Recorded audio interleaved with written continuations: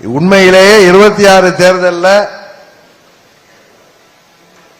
உறுதியாக அம்மா மக்கள் முன்னேற்ற கழகம் சட்டமன்றத்திற்கு ஆளுங்கட்சியாக செல்ல இருக்கிறது என்பதுதான் உண்மை.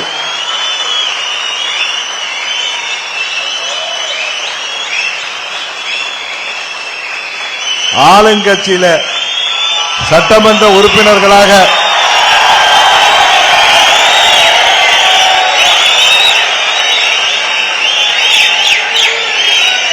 கூட்டணி ஆட்சியிலே இடம்பெறப் போகிறவர்கள் மேடையில் மாத்திரமல்ல, இங்கே கீழேயும் அமர்ந்திருக்கிறீர்கள்.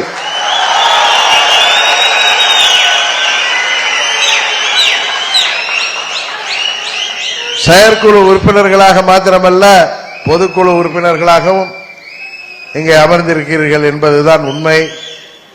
21 தேர்தலிலே போட்டியிட்டவர்கள் மேலேயும் அமர்ந்திருக்கிறார்கள், இங்கே கீழேயும் அமர்ந்திருக்கிறார்கள்.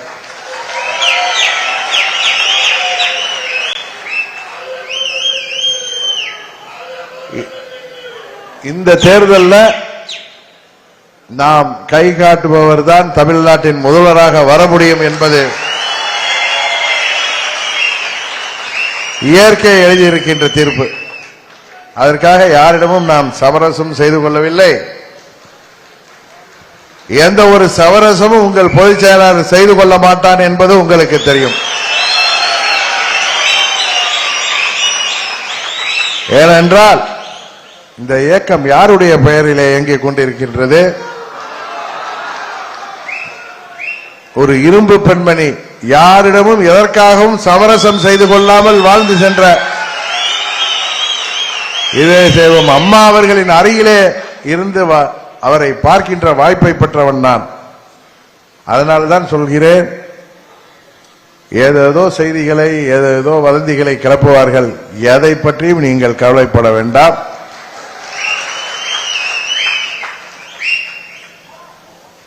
நமது உயரம் நமக்கு தெரியும். நாம் நீங்கள் எதிர்பார்க்கின்ற அளவிற்கு எனக்கு தெரியும். உங்கள் மன ஓட்டம் எனக்கு தெரியும். கூட்டணியில சீட்டுகளை பெற்று உறுதியாக அதில் 80% மேல் வெற்றி பெற்று சட்டமன்றத்திற்கு தமிழ்நாட்டு மக்கள் நம்மை அனுப்ப இருக்கிறார்கள்.